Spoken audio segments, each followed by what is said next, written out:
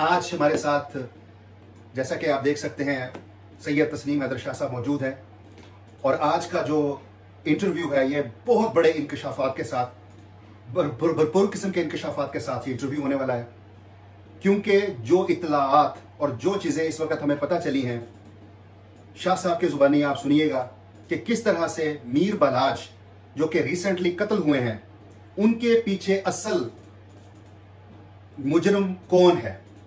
सवाल हमारा यह है कि असल मुजरम मीर बलाज के कत्ल का कौन है। जी शाह साहब, तस्नीम हैदर शाह साहब, अस्सलाम वालेकुम। वालेकुम अस्सलाम। सर, बहुत बड़ी सैड न्यूज़ है, जी एक अलमिया है। मौजूदा हालात के मुताबिक पाकिस्तान में जो इस वक्त चल रहे हैं, लॉ एंड ऑर्डर, सिक्योरिटी के इश्यूज हैं, लेकिन आप क्या समझते हैं कि जिस आदमी के 200-250 बॉडीगार्ड्स हैं वो कैसे कत्ल हो जाता है? मीर बलाज के कत्ल की असल रीजन क्या है? देखिए जी, मीर बलाज साहब जो हैं वो माशाल्लाह बड़ा अच्छा पढ़ा लिखा नौजवान बाशऊर लड़का था। दुश्मनी वारसत में मिली। बिला ट्रकों वाला उसके दादा थे, उनका मर्डर हुआ, ये आपने सुना होगा। टीपू ट्रकों वाले का मर्डर होता है। उस वक्त ये दुबई में थे, 2010 में ये वापस आए। अच्छा, इन्होंने आके अपनी गद्दी संभाली। जा रहा बिजनेस बहुत बड़ा है, छोड़कर कोई जाता नहीं। उन्होंने आके जो अपना बिजनेस संभाला, मगर जो मुखालफीन है वो चाहते हैं कि किसी तरीके से भी इस फैमिली को खत्म कर दिया जाए और जो अड्डा है उस पर कब्जा कर दिया जाए। तो मेरा क्या ये सियासी कत्ल है। अच्छा जी, आप इसको एक सियासी कत्ल कहते हैं? सियासी कत्ल, सियासतदानों ने इसको कत्ल करवाया। अच्छा, मीर बलाज का ताल्लुक किस पार्टी से था?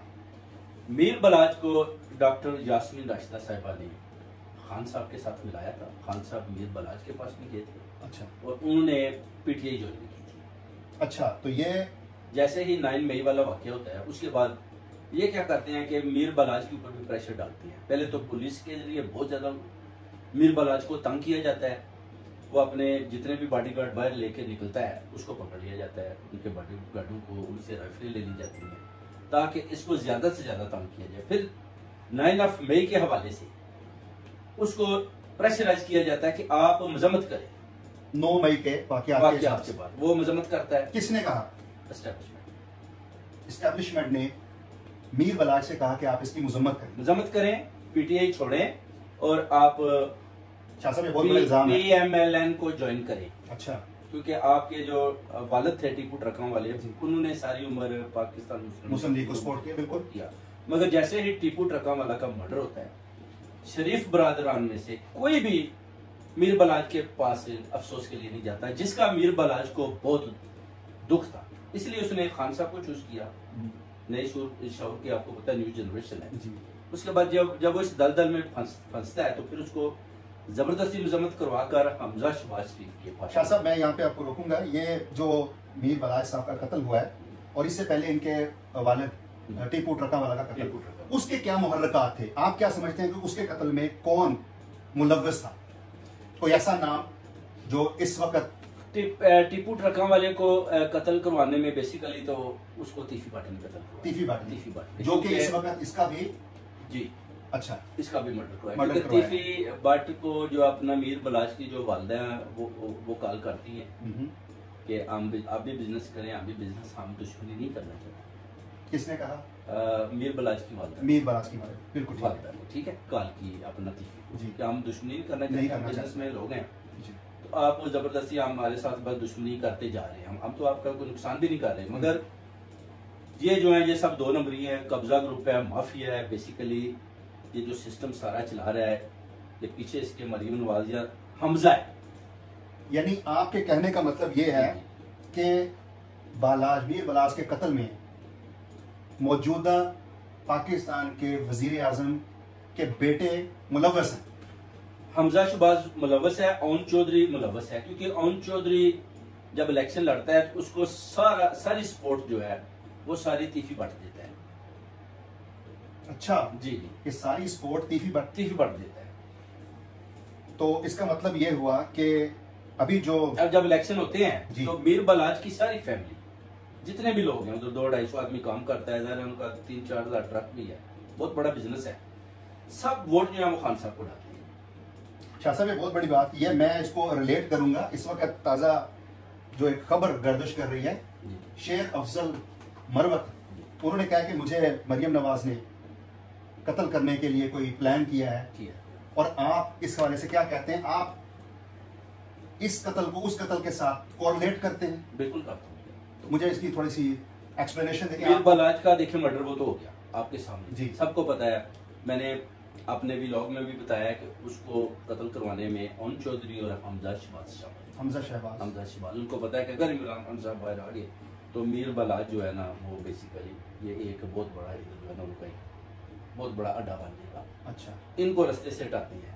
मीर बलाज इन्फ्लुएंशियल है, इन्फ्लुएंस उसका। जी जी जी, अच्छा, जबरदस्त इन्फ्लुएंस है। तो मर्डर पे पूरी दुनिया ने मजम्मत की। आप कभी आपने देखा कि कोई आदमी इस तरह मर्डर हो? आपने अपनी हिस्ट्री में देखा हो कि एक यंग आदमी है 30-32 ईयर ओल्ड और उसकी इतनी ज्यादा मजम्मत इंडिया से की है। और शाह साहब मेरी इतलात के मुताबिक मुझे पता चला है कि आपकी पिछले दिनों मीर बलाज से टेलीफोनिक गुफ्तगू भी हुई है। जी, मेरी उनसे 2-3 दफा बात हुई है। उनके भाई जो मनसब है उनके कत्ल से कितना अर्सा पहले आपकी बात हुई है? 3 दिन पहले।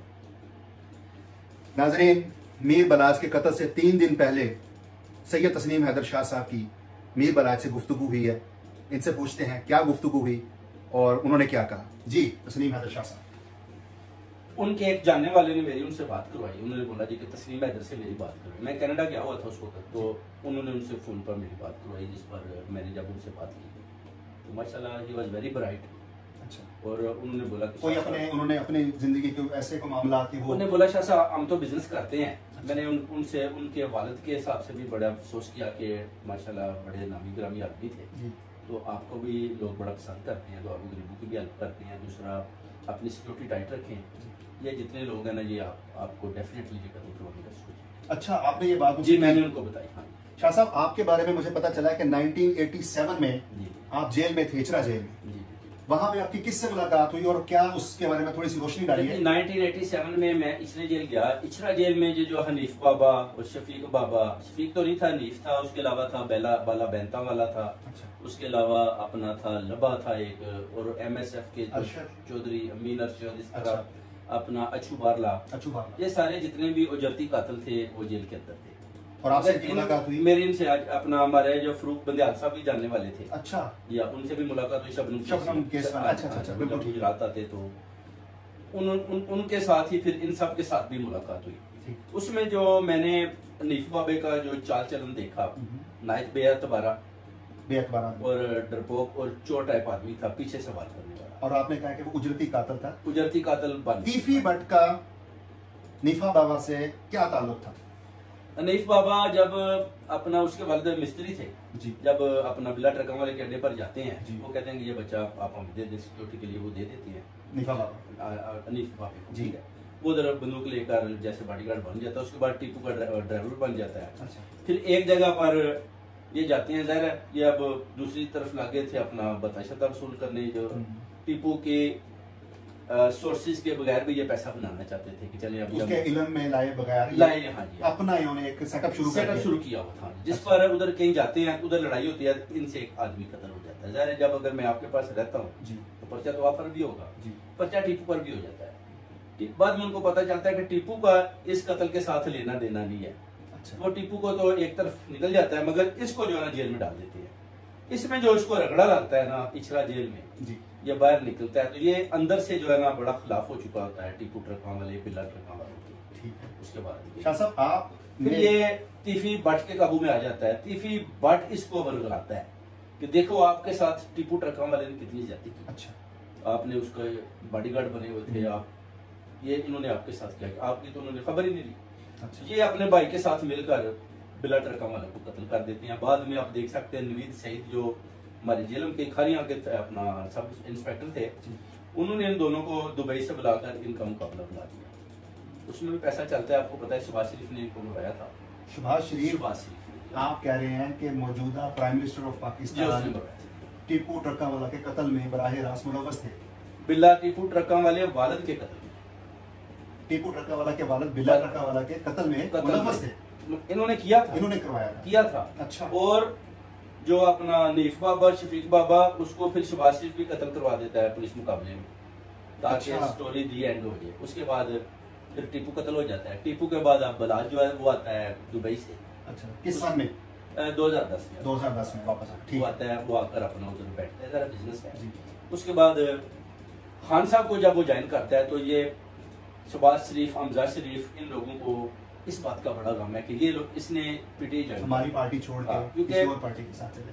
हमेशा शहबाज शरीफ जो है ना वो टीपू ट्रकों में लेके अड्डे के ऊपर बैठकर अपनी कंपेन करते थे ये लोग। अच्छा, हाँ जी। तो जब वो खान साहब के पास और आप तर्जुमान भी थे इनके, तो आप तो मुझे तो सारा पता है जी। हाँ जी। शाह साहब, एक सॉरी मैं आपको यहाँ पे कथा कलामी, मैं आपसे एक सवाल पूछना चाहता हूँ कि 1987 में आप किस चक्कर में जेल में चले गए? क्या आप पे केसेस है, किसने करवाए? मुझ पे तो किसी ने कोई केस नहीं करवाया, तो आप पे कौन से केस हुआ? आप किस तरह जेल में गए, किस तरह किनसे मुलाकात हुई? देखिए, मेरे ऊपर कुछ कत्ल के केस डलवा दिए थे चौधरी गुजरात अच्छा साहब ने अपना गुजरात में। अच्छा, दुश्मनी है, दुश्मनी में वो देखते हैं कि ये कौन सी पार्टी है। हमारी एफिलिएशन उस वक्त नून या अपना चौधरी अमन सिंह के साथ भी हमारी बहुत अच्छी चलती, उस वक्त तो एक ही जमात थी, ये थी। हाँ जी। तो उस वजह से भी ये जो अपना हमारी मुखालफत, चौधरी शुजात, चौधरी गुजरात और नवाज शरीफ सब एक ग्रुप में थे। इन्होंने मेरे ऊपर वो ना सारी कत्ल डाली। अच्छा, चौधरी गुजरात, जिस पर अपना जो है ना इससे पहले जो मर्डर हुए थे, जो हमारे गांव में दुश्मनी थी, उसमें मैं उधर गया था इचरा जेल। अच्छा अच्छा अच्छा, हाँ जी। वो भी इन्हीं की वसातत की वजह से वो 9 मर्डर हुए थे। अच्छा, उसमें जब मैं उधर जाता हूँ तो उधर ये सारे मुझे मिलते हैं, तो मेरी इनसे मुलाकात है। इसलिए मुझे लोग के जितने भी बदमाश है, बल्कि टिपना वसीम वो भी जानता है। मैं एक सवाल यहाँ पे करूंगा कि लाहौर का एक बहुत बड़ा गैंगस्टर है, उसका नाम है चौधरी शाहिद, उसके हवाले से आप कहेंगे उसका अभी तक कोई ऐसा स्टांस नहीं क्लियर हुआ, और वो किस जमात के साथ उसकी एफिलिएशंस है, और क्या इस वक्त जो बलाज के कत्ल में उसका क्या रोल है, आप क्या समझते हैं? किसका? चौधरी शाहिद, एक वो चौधरी शाहिद जो है ना, वो 2 गलियों का बदमाश है। वो तो अपना घर में जुआ शुआ कराता है, बहुत छोटा, वो गैंगस्टर लिखता है, साथ छोटा आदमी है, थोड़े पैसे लेता है, तीफी का एक मोर है। अच्छा, थोड़े पैसे लेकर ज्यादा बोलना उसका काम है। जैसे वो देखें आसन शाह के ऊपर ब्लेम लगाता जाए। आसन शाह का इसमें रोल क्या है? कुछ भी नहीं। आसन शाह तो उम्र पे जाता है, मैं आपका दोस्त हूँ, मैं भी आपको वीडियो कॉल लोग करते हैं, पिक्चर खींच के आपको भेजते हैं, उसने भी ऐसा ही किया। अब आसन शाह का या तो पुलिस बताए प्रेस कॉन्फ्रेंस करके, देखे 2 पुलिस ने प्रेस कॉन्फ्रेंसेस की हैं, एक प्रेस कॉन्फ्रेंस में भी बोल दें कि उन्होंने बताया हो कि इसको आसन शाह ने कत्ल करवाया, उन्होंने बोला कि तीफी ने करवाया। और मजहर शाह का क्या इसमें लिंक है? मजहर शाह वो कहते हैं ये मालशिया था। अच्छा, अला मालशिया तो नहीं था ना जी, वो तो शूटर ही था बेसिकली शूटर था जी। ये 4 शूटर जितने भी भेजे उन्होंने, उसने अपना काम किया। उसको टिप्पू बलाज तक पहुंचने में रसाई जो है ना वो देता है शकील भाट। अच्छा, पुलिस इंस्पेक्टर है, पुलिस इंस्पेक्टर शकील भाट उसको वहां तक एक्सेस देता है कि आपको बलाज पर हमला करना। अच्छा, पुलिस ही उसको एक्सेस दे रही है। जब आपके साथ इतने बॉडीगार्ड हैं, तो मैं आपके साथ हूँ, तो आप पूछते हैं जी ये कौन है, तो मैं कहता हूँ ये मेरे साथ है, तो डेफिनेटली आप बोलेंगे ठीक है। तो जब ये मेरे करीब आते हैं तो आपको पता है कि ये तो मेरे साथ हैं, तो अगर वो अटैक कर जाते हैं, ये सारी मुझे आपके बयान से लग रहा है कि ये कोई खानदानी दुश्मनी नहीं है, बल्कि ये बहुत बड़ी कोई सियासी दुश्मनी है। उन्होंने कोई दुश्मनी तो की नहीं, आगे से जवाब दिया। क्योंकि बलाज के मैंने इंटरव्यूज देखे हैं कि वो कह रहा था कि मैं कोई लड़ाई और कोई फसाद नहीं चाहता। लेकिन उनको इंसाफ नहीं मिला। दादा कत्ल हुआ नहीं, इंसाफ मिला। वालिद कत्ल हुआ नहीं, इंसाफ मिला। अभी बलाज का मर्डर हुआ है, तो तीसरी नस्ल कत्ल हुई, चौथी दादा भी कत्ल हुआ। अच्छा, परदादा भी छुरियों से मारा गया। चौथी नस्ल कत्ल। अब आप देखें बलाज का केस किधर गया है? गोगी भट्ट, तीफी भट्ट को क्लीन चिट देने के हमजा शहबाज ने ऑर्डर किए हुए हैं आईजी पुलिस को। इनको जितनी जल्दी, हमजा शहबाज की इस वक्त पाकिस्तान की कैबिनेट में क्या पोजीशन है? मरीम नवाज वज़ीर आला है, और हमजा शहबाज शरीफ उसका वालिद प्राइम मिनिस्टर है, और उसका बेटा है, तो जाहिर है उसका अपना सिस्टम तो चलाएगा ना पुलिस के। उसने बोला कि तीफी हमजा के पास कोई ओहदा नहीं है, सवाल इसलिए कि वो प्राइम मिनिस्टर ऑफ पाकिस्तान का बेटा है जी। जैसे और वो ऑर्डर करता है आईजी को कि तीफी को और गोगी को क्लीन चिट दी, तीफी भट्ट और गोगी भट्ट को। ठीक है, अब जो बलाज का मर्डर है वो तो ऑलरेडी खराब हो चुका है, इन्होंने कर दिया है। आसन शाह पे मुद्दा डालने की कोशिश कर रहे हैं। आसन शाह अब उसका कितना रोल है वो तो पुलिस बता सकती है। अब एक आदमी को आप मार कुटाई कर रहे हैं, उस पर आप तशद्दुद कर रहे हो, आप वो कुछ भी बोलेगा, ठीक है जी आपने ये बोलना है, मैं ये बोलता हूँ।